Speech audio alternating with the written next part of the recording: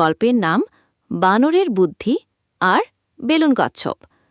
একদিন বনে এলো সার্কাস। বানর টিকিট কেটে ঢুকে মজায় মজায় ঘুরছে। হঠাৎ সে এক বেলুন বিক্রেতাকে দেখে চমকে গেল। ওরে বাবারে, কচ্ছপটা এত বড় হয়ে গেল কিভাবে?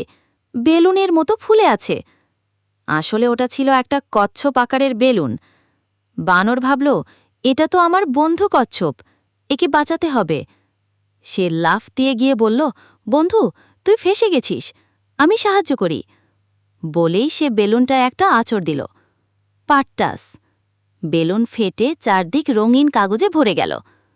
বানরের মুখে ধোঁয়া, চোখে জল আর মাথায় কনফেটি। সবাই হেসে লুটোপুটি।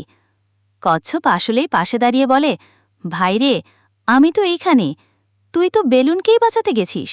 বানর লজ্জায় মুখ লুকালো। বলল, আহা, আমি তো হিরো হতে গিয়েছিলাম, হয়ে গেলাম জোকার। যাক বাবা, আর কখনো অকারণে জ্ঞান দিতে যাব না। সবাই আবার হেসে উঠল, আর বানরও তাদের সাথে হাসিতে যোগ দিল।